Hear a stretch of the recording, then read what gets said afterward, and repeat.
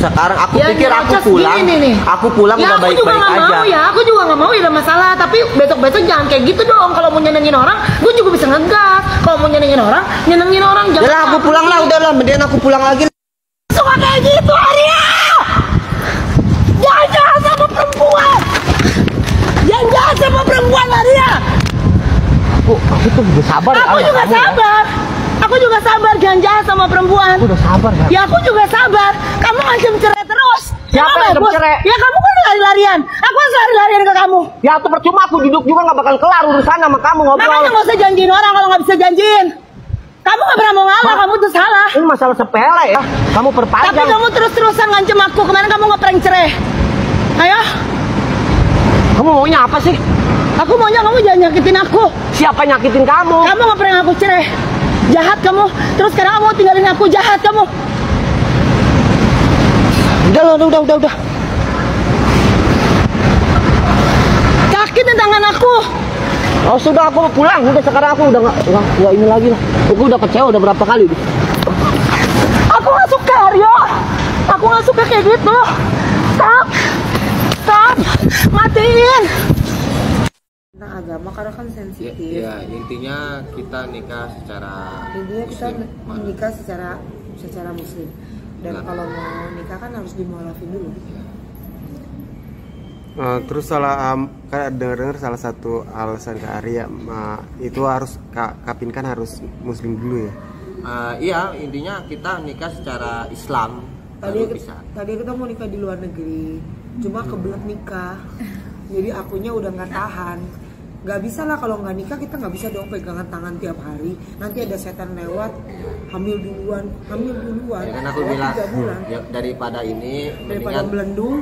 kita nikah dulu deh secara Islam, tapi harus Lagian kan mualaf kita dulu. udah saling mencintai. Ya gitu. Dia ngomongnya gitu, tapi ya versi aku agama itu nggak perlu diomongin. Intinya nikahnya itu secara legal. Dan aku dimualafin dulu. Dan itu nggak bohongan, emang mualafin beneran. Dan menurut aku nggak penting banget sih untuk bicara. Ya meninggal juga sendiri-sendiri kan. Aku meninggal nggak bisa minta tolong dia. Gitu-gitu lagi. Pingkan masuk neraka. Arya tolong Arya, aku di neraka. Dan kita meninggal sendiri-sendiri. Jadi kita tanggung jawab kenapa kita harus pakai baju warna hitam hari ini. Aduh, miris ya sama orang-orang kayak gini ya. Jadi dulu pas saya pernah iringi main musik ya, ini Pingkan ini waktu itu pelayanan di Manado. Di sana dia nyanyi, jadi saya yang iringi keyboard waktu itu. Saya lupa nyanyi lagu apa ini Pingkan ini. Nah waktu itu saya kaget, loh kenapa kok orang ini nyanyi lagu rohani, terus kok di gereja? Dengar-dengar katanya dia masuk Kristen. Cuman dari beberapa penyampaian dan kesaksiannya saya mulai curiga kan. Masa segampang itu, sereceh itu gitu loh. Dia bisa kemudian dia melayani pindah agama dengan alasan yang nggak banget gitu. Waktu itu pikiran saya. Tapi waktu itu kan saya masih bocil ya, nggak terlalu memikirkan hal-hal kayak gitu. Dan kemudian lama-lama saya lihat dia kemudian kalau nggak salah ini ya diangkat sebagai pastor gitu. Pastor di salah satu gereja yang mana kemudian dia melayani. Dan makin lama makin kesini saya lihat di TikTok kadang-kadang bawa firman dan lain-lain. Saya pikir gini ya, saya aja kuliah teologi tuh bertahun-tahun baru bisa istilahnya mengajar menafsirkan Alkitab, berkhotbah dengan pendalaman Alkitab. Ini orang yang baru tahu, kemudian sudah diangkat pastor, kemudian bahasa Alkitab tiap hari. Dan kalau nggak salah waktu itu muncul di salah satu TV dengan dandanan dan lain-lain selayaknya artis lah ya. Selayaknya artis ya wajar. Bagi seorang artis itu wajar menurut saya. Tapi bagi seorang pastor gitu nggak cocok. Dan ada beberapa statement, cetukan dan lain-lain yang aneh gitu. Dan waktu itu benar-benar mengganggu saya. Kok bisa orang yang seperti ini kemudian diangkat untuk menjadi seorang pastor, gembala? Kan agak aneh gitu yang ngangkat ini. Dan sebenarnya ini harus menjadi koreksian bagi gereja-gereja juga. Saya nggak pernah setuju dengan gereja-gereja yang mana orang yang baru pindah agama dan kemudian sudah dikasih kepercayaan untuk menjadi seorang pemimpin leader dalam gereja. Nggak bisa, dia harus belajar dulu baik-baik. Dan kemudian kalau kita lihat ya, bahkan dalam Alkitab kan dikatakan untuk menjadi seorang pemimpin rohani, janganlah orang yang baru percaya. Justru itu akan menjadi batu sandungan. Ini bagus menjadi koreksian bagi gereja-gereja, supaya orang model begini yang mempermainkan imannya hanya untuk sesuatu yang receh, itu nggak dikasih kesempatan. Mereka yang bertahun-tahun belajar Alkitab, justru mereka lah yang sebenarnya bagus untuk jadi leader. Bukan mereka yang ujuk-ujuk gitu loh. Itu jelas nggak bagus. Terutama untuk alasan-alasan yang receh. Ini pun dia berpindah dari agama sebelumnya masuk ke Kristen, kemudian balik lagi ke agamanya dengan alasan-alasan yang nggak penting menurut saya. Kenapa saya katakan nggak penting? Sekarang aja ya, kalau kita lihat dari videonya, di mana dia mengatakan saya pindah agama karena saya sudah kebelet menikah. Kan nggak lucu kalau belendung duluan, hamil duluan kan, hamil duluan, setelah 3 bulan kata dia nyanyi begitu. Jadi hanya sebatas itu dalam pernikahan konsepnya supaya tidak hamil duluan di luar pernikahan. Loh, ini konsep pernikahan yang di dalam iman Kristen jelas ini sudah sesuatu kekeliruan, sesuatu kesalahan.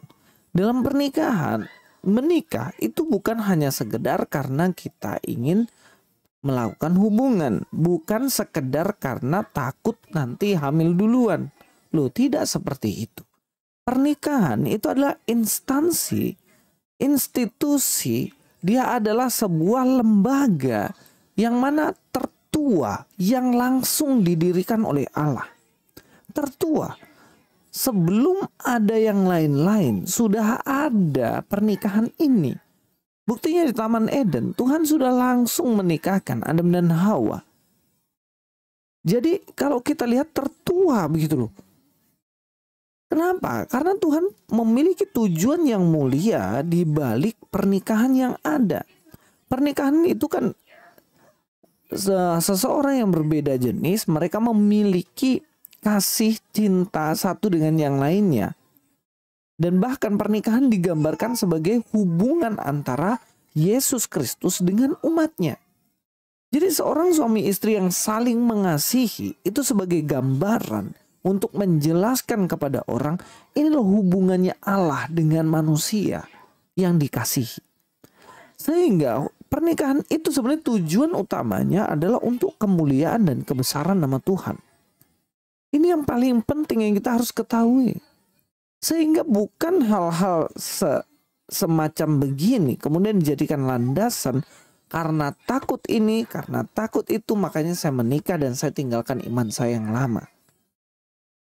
Ya saya rasa hal-hal kayak gini sebagai orang yang dewasa, ya tentunya kita nggak boleh lah. Ikut Kristus juga sebenarnya sama ya. Banyak sekali case di mana seseorang itu kemudian ingin menikah dengan cewek Kristen, kemudian dia mau menikah di gereja dengan cewek Kristen. Setelah di gereja, kemudian dia tidak pernah ke gereja, dia juga tidak pernah beribadah dari agamanya yang lama, dan kemudian dia secara KTP ya punya agama, tetapi kehidupannya ateis. Ya enggak juga gitu loh. Yesus kan pernah mengatakannya, barang siapa mengasihi ini lebih daripadaku, ia tidak layak bagiku. Jika motivasimu mengikut Yesus hanya karena ingin sesuatu dalam arti untuk diri sendiri, egosentrisnya sendiri, ya nggak layak. Seseorang yang mengikut Kristus yang layak adalah bagi mereka yang benar-benar percaya kepada Kristus, ingin itunya. Banyak kan sekarang orang mau ikut Kristus karena pengen kaya, ikut Kristus karena pengen lepas dari utang, ikut Kristus karena pengen sembuh dari sakit penyakitnya. Loh, itu nggak salah, tetapi kurang tepat. Sudah layakkah kita mengikut Kristus karena ingin diri kita ini yang diutamakan? Bukan. Ikut Yesus karena memang benar-benar percaya pada Yesus. Saya kasih tahu satu rahasia umum nih sebenarnya. Seseorang yang ikut Kristus bukan karena benar-benar ikut Kristus, pasti dia tinggalkan imannya.